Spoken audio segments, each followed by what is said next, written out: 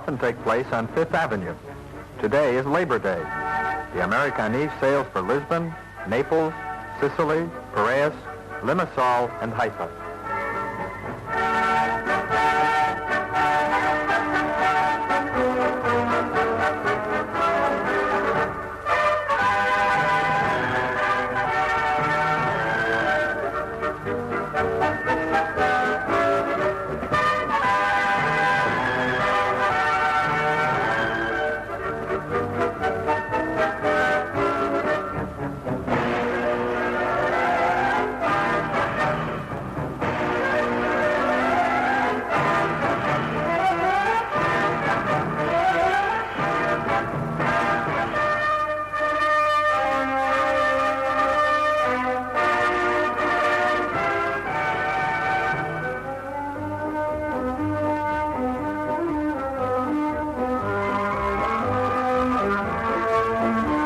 Parties are often organized by the master of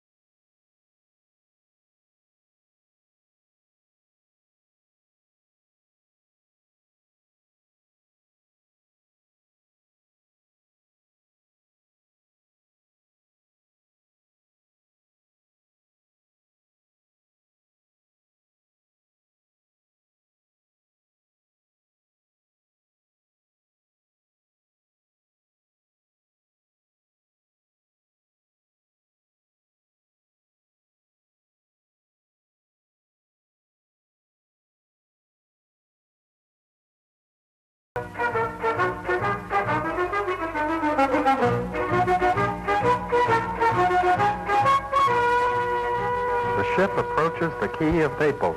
The passengers take advantage of this opportunity to go ashore at the city.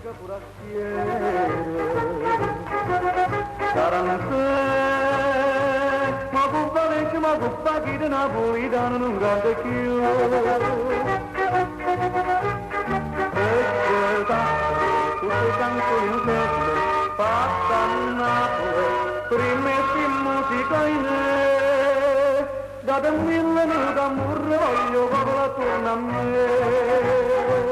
Qua spagnolo, qua americano, ma soffrire non fanno apposta, che se musica paesana, che se buona da casa nostra, che se Napoli suona, tarantella, tarantella.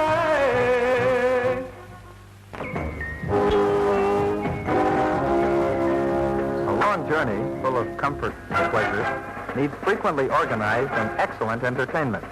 This is exactly what is offered to the passengers of the transatlantic Amerikanis.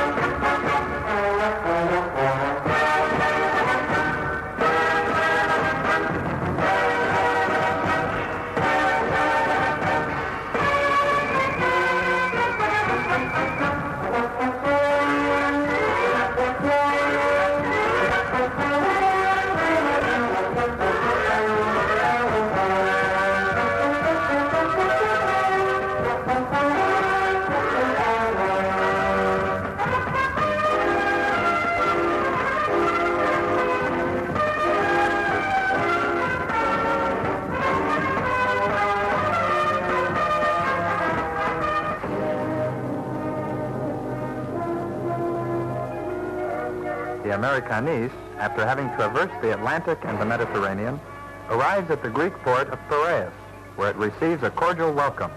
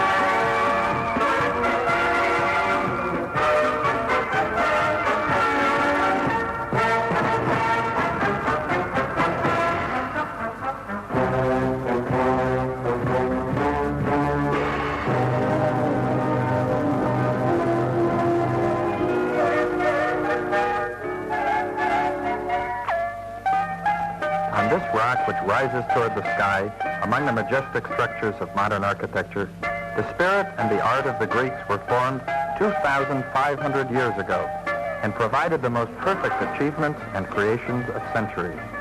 The Parthenon. The new city of Athens surrounds the Acropolis over the foundations of the democracy of Pericles.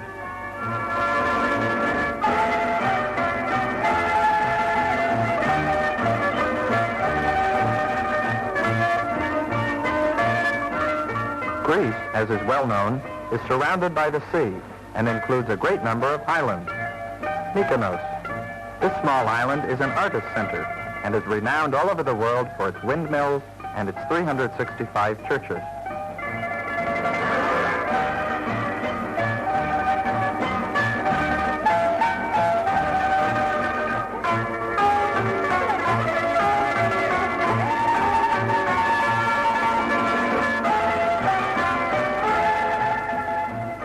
Rhodes. This island has been considered since very ancient times as the most beautiful of the islands in the Mediterranean Sea, with its mild and healthy climate. There are a multitude of monuments and buildings from all eras, which attract both Greek and foreign tourists.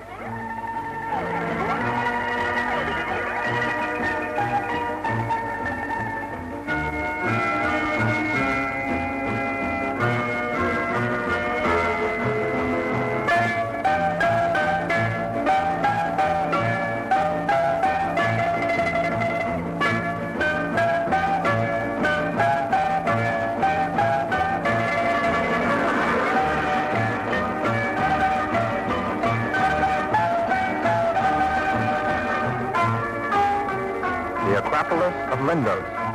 Here are the ruins of the temple of Lindia Athena. Ancient ruins, Greek, Roman, Byzantine, and also from the era of the Knights, have been discovered.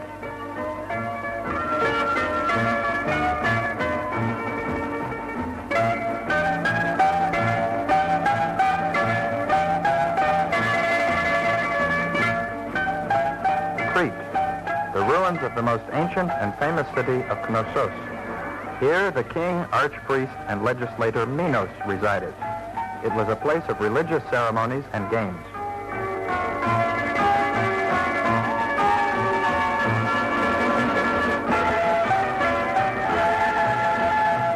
The entertainment and fun continues on board the floating palace with Greek folk dances in national costumes.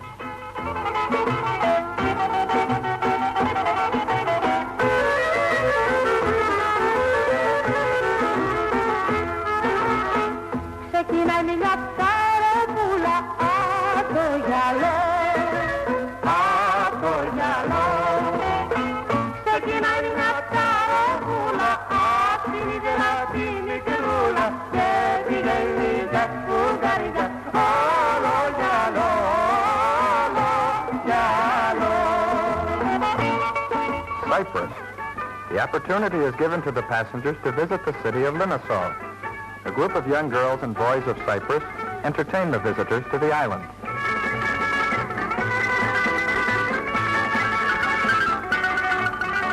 La lucina ma pandretto, forse nani giretto.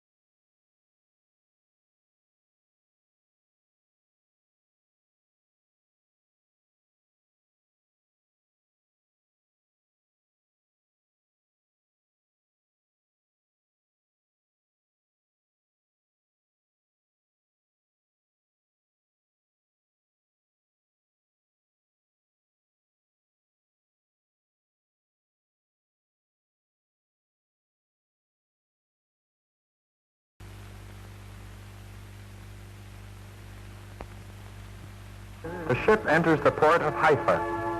Haifa's phenomenal rise within the last 35 years, from a small rural center to the main port on the eastern shores of the Mediterranean and the center of Israel's heavy industry, has rendered it famous throughout the world.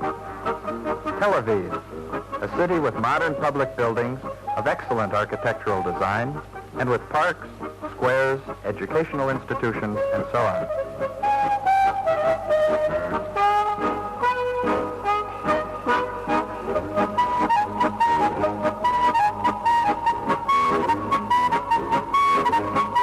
City of Jerusalem. After 2,000 years, and after the decision of the United Nations, the Israelis came back to their promised land, the Wailing Wall.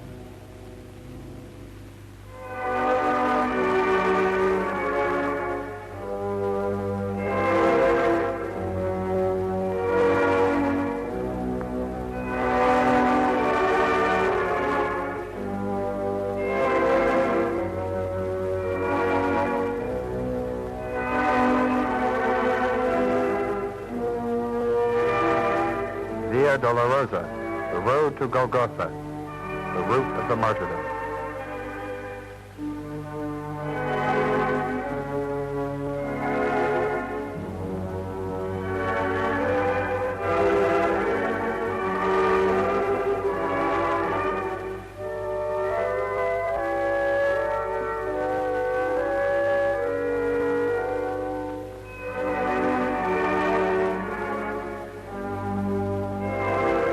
Church of the Holy Sepulchre.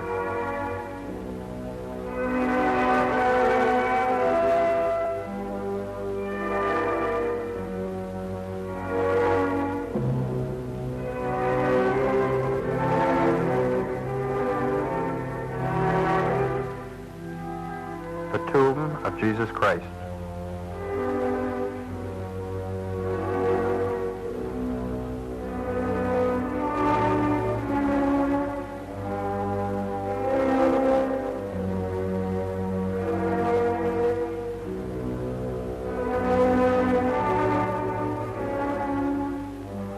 Nazareth, Lower Galilee. This is the center of biblical history, the Orthodox Church of Evangelistria and St. Gabriel.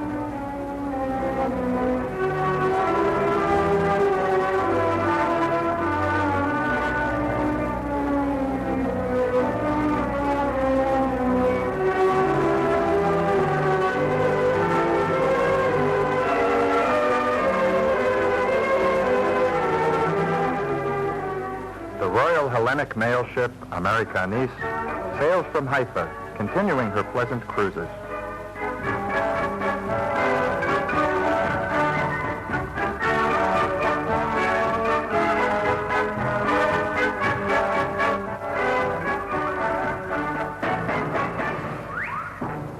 We hope that you have enjoyed this voyage and that you will give us the pleasure of having you with us on one of our next sailings.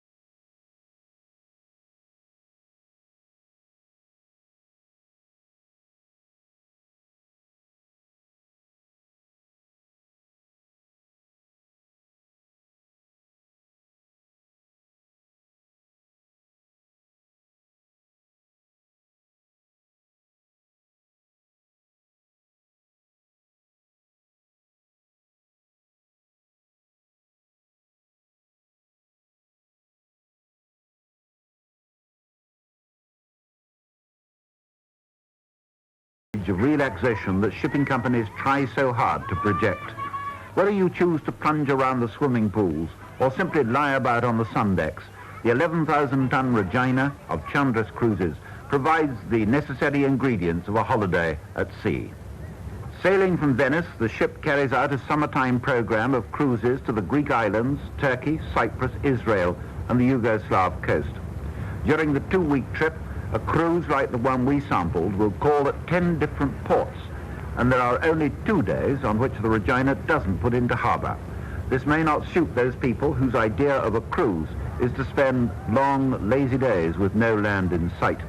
And as the ship is based in Venice, most of her British passengers have to fly there to join the cruise. Some people might regard this as a disadvantage. For one thing, you're limited to 37 pounds of baggage, so why not cruise direct from the British port? I don't really see any point in spending possibly 3 days in the Bay of Biscay outward bound and 3 days homeward bound in possibly bad weather with only 7 days in between. This way we get 15 days in the sun. Easily done, with wonderful weather, and virtually no feeling of being at sea in that sense. One can take one's son in easy doses. Cooling winds, not cold winds, but cooling winds. And this makes it a very easygoing atmosphere, wonderful organisation. Quite honestly, we find that it's been better organisation on cruising than it has been on set shore holidays. The ship's 2 public rooms are hardly used, a hangover perhaps from the old passengers, as is the duty-free shop, the hairdressers, and the boutique. The deck on which your cabin is situated largely determines the price you pay. Though they vary in style, the majority are for 2 people, and they do have their own shower and lavatory. Passengers in cabins on the lowest deck, and at the lowest prices, have only the private facility of a wash basin. Accommodation is just that much grander. On a higher deck, your cabin will have fold-away berths, a private shower, lavatory, and wash basin. There are no other distinctions on Regina. Everyone has the run of the ship, with none of the traditional barriers or formality to separate the classes.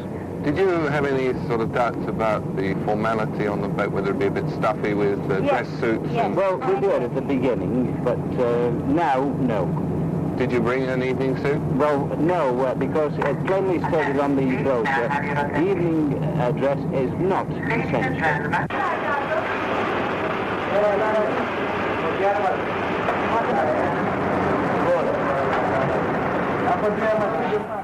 All cruise ships lay stress on the food they serve and the high style in which they serve it. It's part of their passenger appeal. Regina is no exception, but efforts have been made to streamline the system. One galley serves the Rivoli and Cordon Bleu restaurants, and meals in both are identical.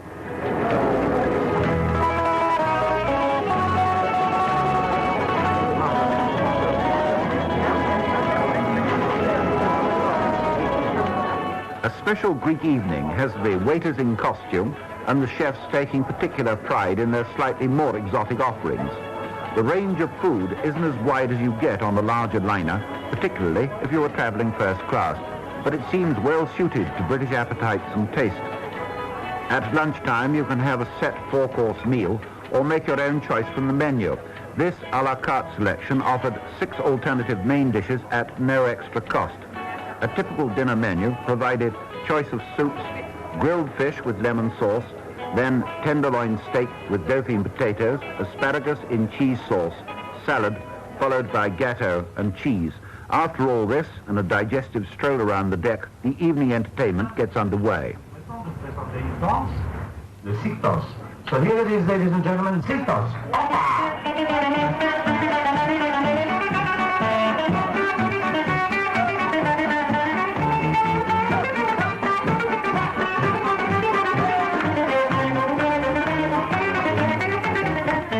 Cabaret performers in the ship's nightclub, El Morocco, are often members of the crew, backed by professional entertainers who travel with the ship. Folk dance groups and other acts often come on board at ports of call and help widen the range of after-dinner entertainment.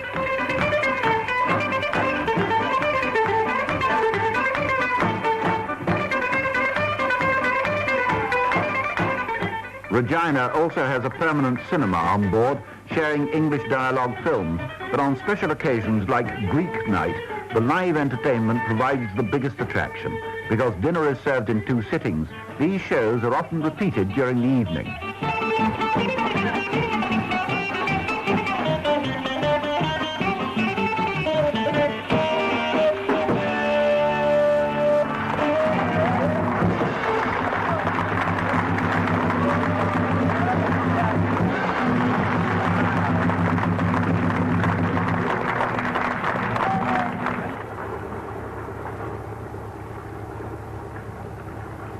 The captain eases Regina carefully towards her berth in Piraeus, the harbour of Athens. The ship doesn't often put into such large commercial ports, and her stay here gives you time enough to explore the Greek capital on your own, without a nagging fear that the ship will sail when you're sampling the nightlife.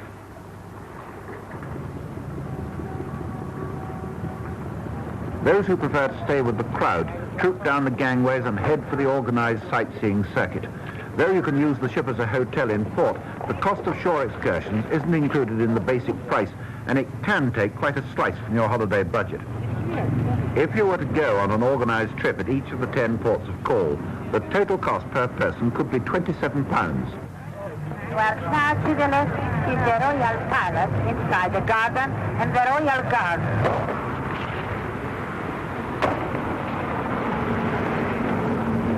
There's always the danger that organised tours can leave you feeling rushed and regimented, but the local guides try not to cram too much into this 50-shilling trip around the famous sights of Athens. But it's the best way of getting to know an unfamiliar city and its unfamiliar sights.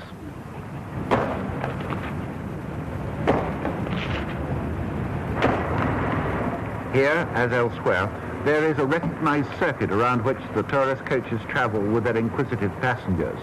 And there are equally places that no sightseeing tour is allowed to miss. So you must be prepared to descend when asked and take a closer look.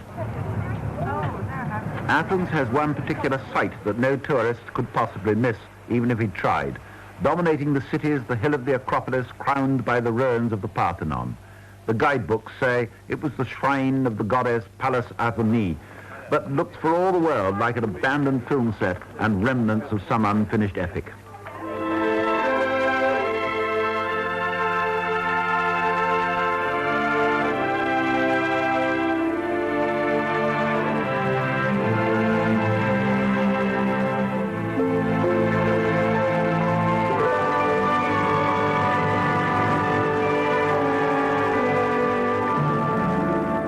While the passengers are engrossed in the ruins, the churches, the temples, and the souvenir shops, the cruise company not only shares the profit from these excursions, but gains an advantage by not having to feed or look after these passengers back on the ship.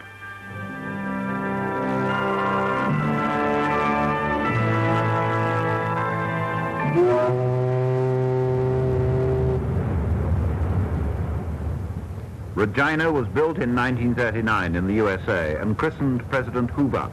Bought by Chandris in 1965, she was given her new name and converted to her present role. With those years behind her and being relatively small for a cruise ship, can she still offer her passengers what they want? Is the variety offered on the cruise like this enough? Well, it is, because on this cruise we're not on the ship too long for any one length of time. Therefore, one is at leisure then to, if you really want to have a night and live it up. We've just left Athens. There isn't a better city for living it up if you really want to do it. I know this costs extra money, but again, this is your choice rather than a restriction of the ship.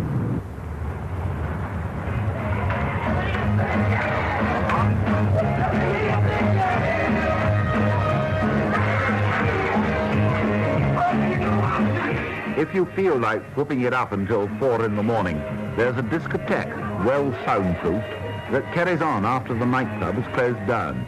The well-stocked bars would help any evening go with a swing, yet prices aren't listed in Greek currency, as you might expect, but in American dollars. And dollars are what you get in exchange for your traveller's checks. Drinks cost far less than in Britain. A generous rum and Coca-Cola is 2 and 6, while a whiskey or gin, large measure, is 2 and a penny.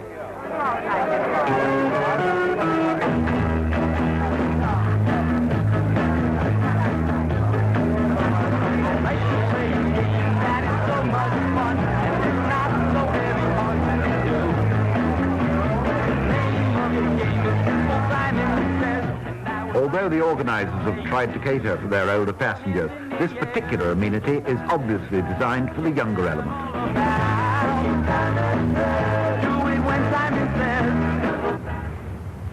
For many people, a cruise has a touch of social mystique about it, but it is, when all's said and done, a package holiday that must be selected and paid for like any other.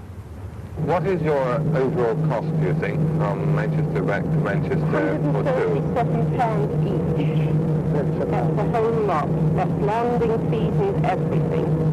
And you travel 3,500 miles and see 5 countries. Do you consider that value for money? Excellent value. I think it is. Yeah.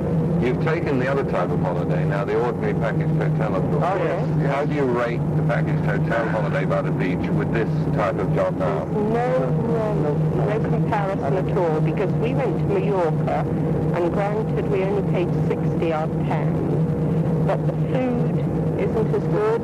There was no air conditioning in the hotels, which I think they need because it gets terribly warm, and the service wasn't as good. What is the total cost to you, do you think, for your holiday, London back to London? Say? London back to London, with spending or without spending? Everything. Everything. £700. Yes. No, probably not quite as much, about 600. £600. Do you think this is well spent? Oh, yes. Yes, money very well spent.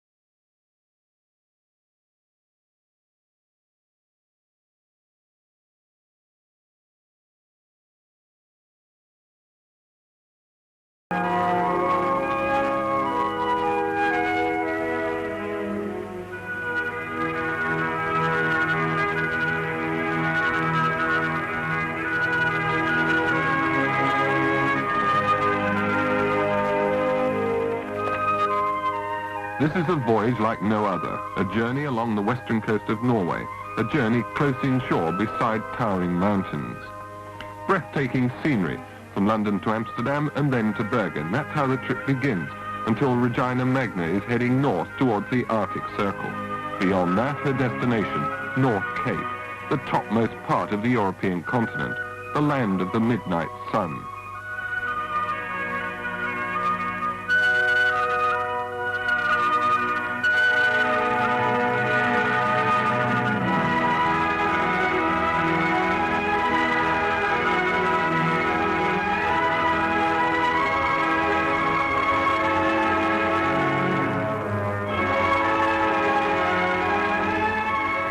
The passengers you'll meet on this trip are, by and large, sophisticated travellers who have sampled just about every type of holiday cruise.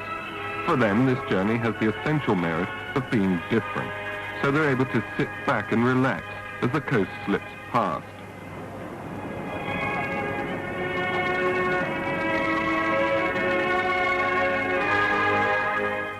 Not that there's a lack of things to do. Regina Magna has all the usual amenities. Would you like to bring me up a cup of tea? Me too. You've only got 2 hands. Deck games are just a part of it, and make no mistake, there's plenty to do on this huge ship. Regina Magna is over 23,500 tons. She was formerly the Bremen, a transatlantic liner in the days when that was a prestige route. She's the largest ship in the Chandra's fleet. The Greek company has managed to bring to her the experience they've gained from years of operating much smaller ships around the eastern Mediterranean. None of the liner's quality seems to have been sacrificed. She's operated as a one-class ship, but the standard's definitely middle class. In some ways, she's the shape of things to come. As old established shipping companies find it more difficult to operate large liners, the Greeks are in a position to purchase them and run them with greater success. In this case, the liner has the kind of facilities that make it possible for her new owners to operate her on cruises to the far north. She's well insulated against the discomforts of the Arctic. She attracts those travellers who have been around the Caribbean and for whom the ports of the Mediterranean are as familiar as the stops on a local bus route.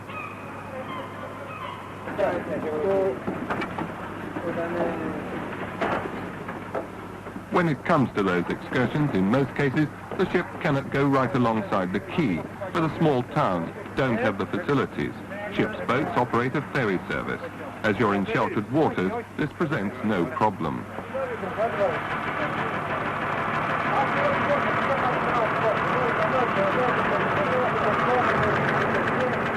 But once you get to Norway and the coastal trip forms the major part of the 2-week voyage, there's little variety in the places you'll visit.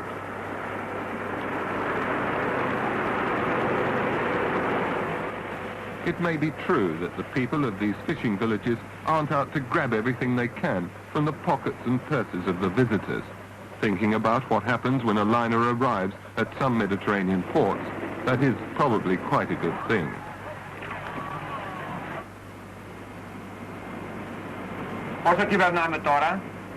The Greek captain's an individual who wears his flat cap trademark wherever he sails. Though he's familiar enough with the warmer waters of his southern cruise routes, he has the tricky task of maneuvering his liner close inshore and into the narrow fjords. The waters are very deep, right to the edges of the cliffs and glaciers, but Regina Magna's all of 700 feet long and nearly 100 feet wide. It takes a lot of skill to slot her into these almost unbelievable situations. The Svartisen Glacier, the second largest in North Norway, a dramatic part of the cold, unreal world into which this great white liner has penetrated. By the time you get here on the voyage, you're in no doubt you've crossed the Arctic Circle, but this is one of the few highlights on the coast. In high summer, there's plenty of light for the keen amateur photographers on board, and the ship has many of those. But the picture taking is an important part of this cruise. There's absolutely nothing like this around the Mediterranean cruising circuit, so far to the south, and a different world away from here.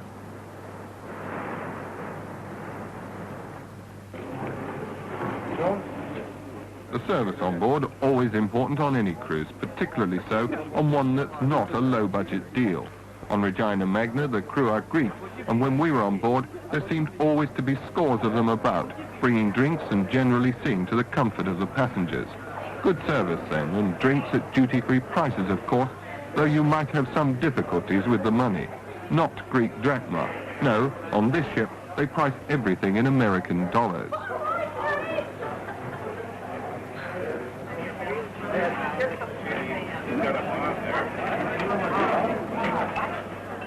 Though Regina Magna may appear to have a number of dining rooms on her restaurant deck, there is in fact only one.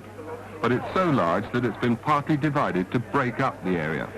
Though breakfast is a leisurely affair served from 7 to 10 in the morning, lunch and dinner are served at 2 sittings. The ship's passengers may come from many European countries, but the food is quite definitely Greek. There's plenty of it, and though it may not always reach the first-class level of some cruise liners, it was more than satisfactory. So, for that matter, was the service. Like all cruise ships, the cost of meals is included in the fare, but you have to pay extra for wine. Regina Magna carries a wide selection, but Greek wine predominated. The ship's a one-class operation, but fares differ according to the quality of your cabin. You could choose to travel deluxe on upper deck, 2 beds instead of berths, and windows in place of portholes. There is less expensive accommodation, like this 2-berth cabin on B deck. Of course, it's much smaller, but even so, it has its own private facilities, shower and toilet.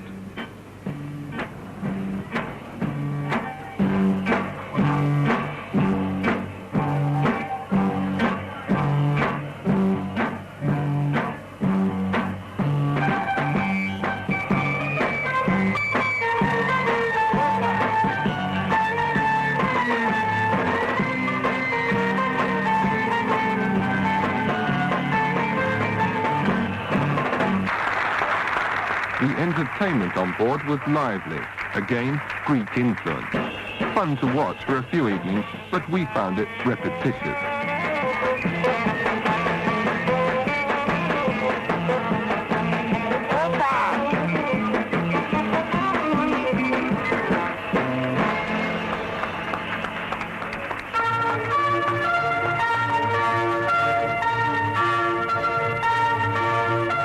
They call this the Pollard Buffet. They lay it out on one special evening as a gastronomic novelty, and it certainly is a treat, an endless display of food.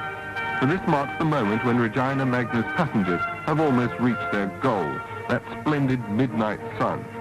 This glittering array of calories, something to keep out the cold as you wait for the golden sun to shine in the middle of the night. And make no mistake, it is very, very cold this far north, summer or no summer. You're going to need that food. It would be almost criminal to demolish it without first putting the whole thing on record. Probably because nobody would believe your description without photographic proof that such a buffet existed. But now's the time you'll need those cameras on shore. Here, close to the northernmost tip of Scandinavia, is the object of the entire journey. Why you've sailed all along the Norwegian coast and why you brave the bitter cold. This is the land of the midnight sun, and here's your chance to capture it. So wrap up warm, get your cameras ready, and wait for the clock to reach that special hour. Is this the moment when you wonder if the trip's been worthwhile? The time to regret what's turned out to be a chilly pilgrimage. If you're lucky, you won't have to wonder for long, and you'll certainly have no regrets.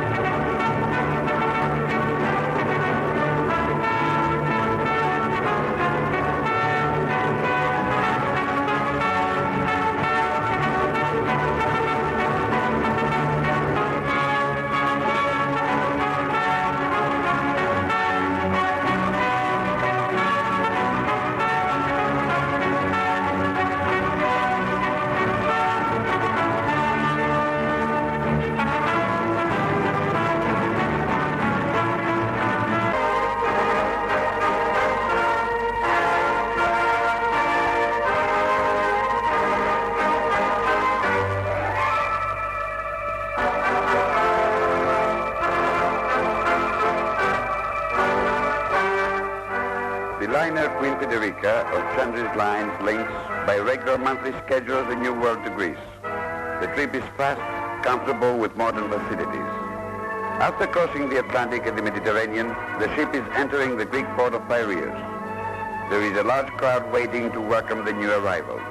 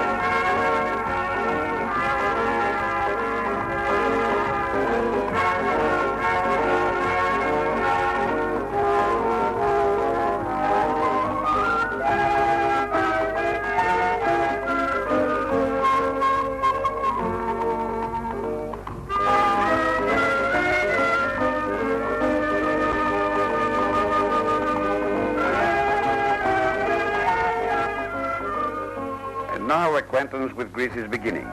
Greece is not only the country of gods and heroes. It is also the nation by the glory of classic civilization and by ruins of glistening marble temples. On this rock, which rises toward the sky within the majestic structures of modern architecture, the spirit and the art of Greeks were taking shape 2,500 years ago, and provided the most perfect forms of sensory creation. The Parthenon, the temple of the winged victory, the Erection, the caryatides aroused not only everyone's admiration, but also deep feelings of emotion.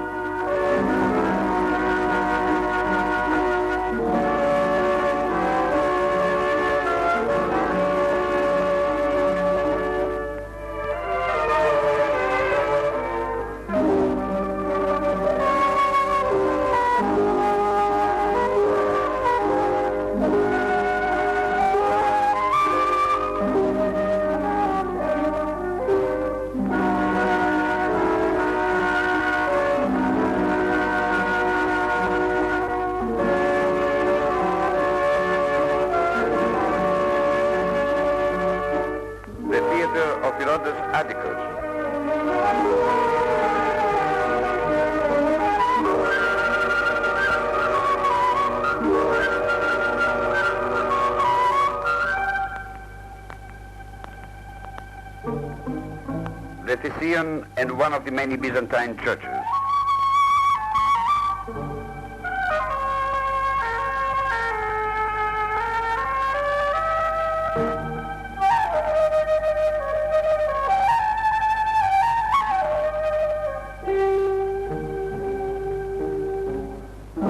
The Gate of Adrian and the columns of Olympus Jupiter.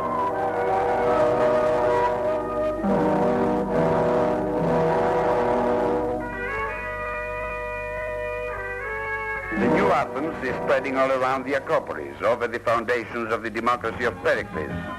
This city is now the administrative center for the Greek kingdom. Whatever concerns the development of the country is ruled here.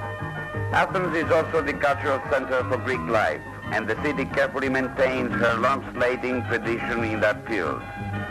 She has excellent cultural establishments and museums with outstanding archaeological interest.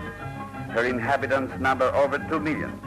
She has beautiful streets, majestic buildings, and above all, a wonderful sky whose blue color does not fade in the winter.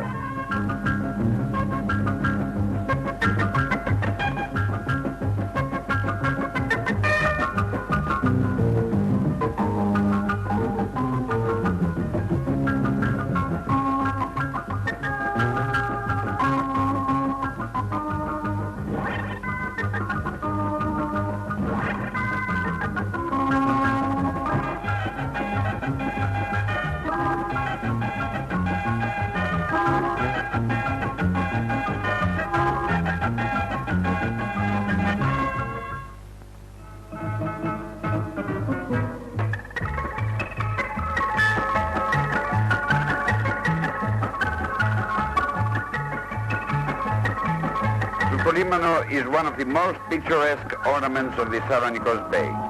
It is a small harbor offering its hospitality both to the beautiful yachts of the well-to-dos and to the little boats of the famed Aegean Sea's fishermen.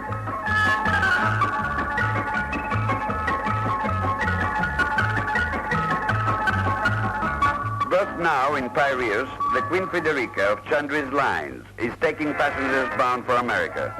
She will carry them in comfort and ease to New York via ports of Italy and Halifax, Canada. Farewell greetings, emotion kisses.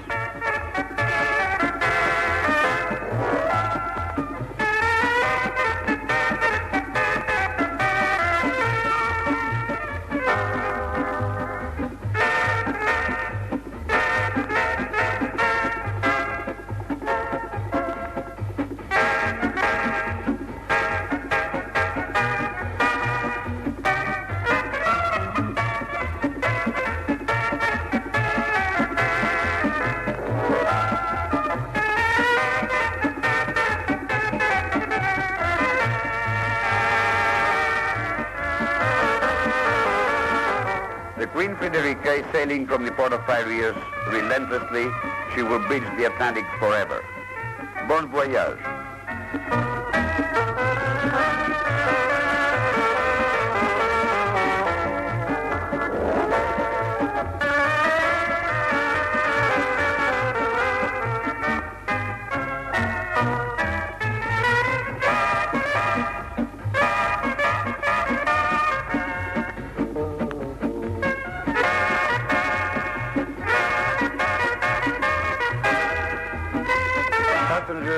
feeling carefree as they enjoy the delightful trip with all imaginable facilities.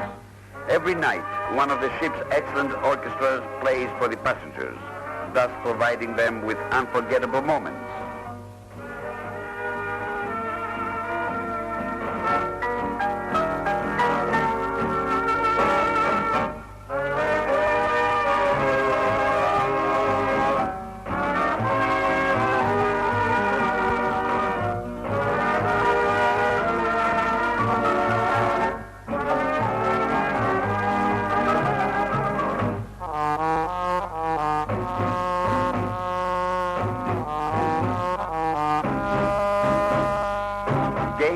Contests, sports are available to all passengers so that they spend their time as agreeably as possible.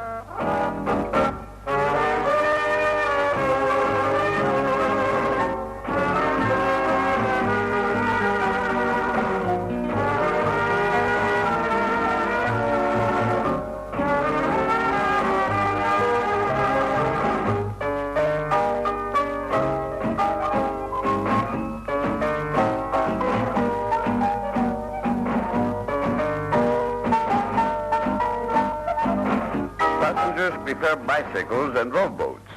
Besides, such practices are known to be best for one's figure.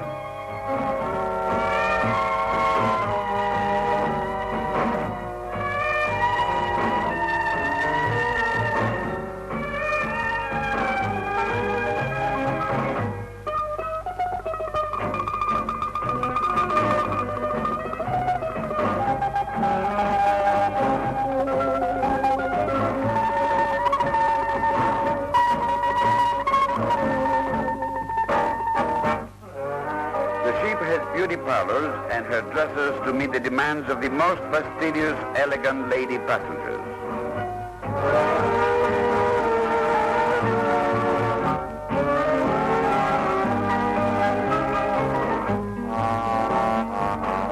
Comfortable and luxurious air-conditioned cabins with 1, 2, or 4 beds provide to the passengers an ideal journey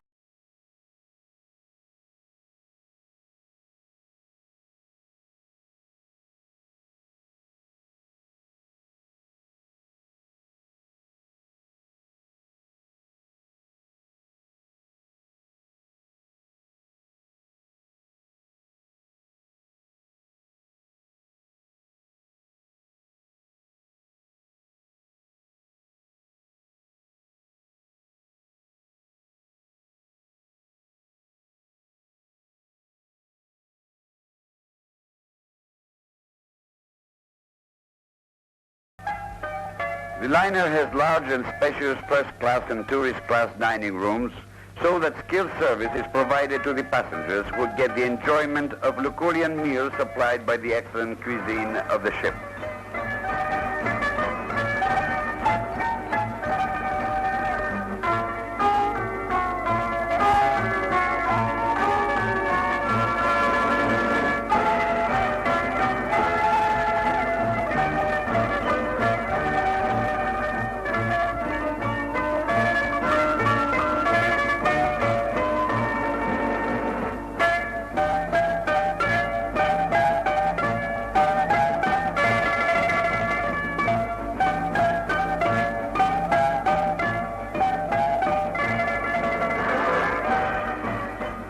Parties are frequently given by the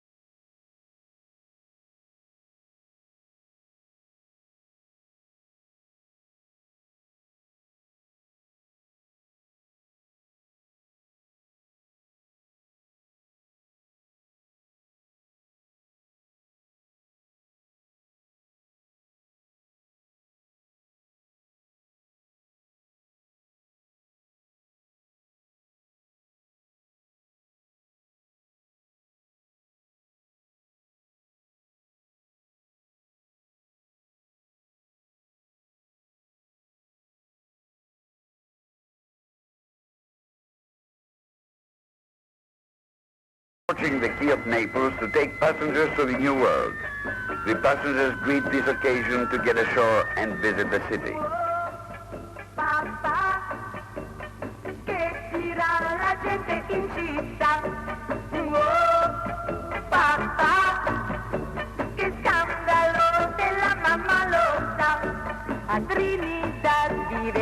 The Queen Frederica is sailing in the Atlantic.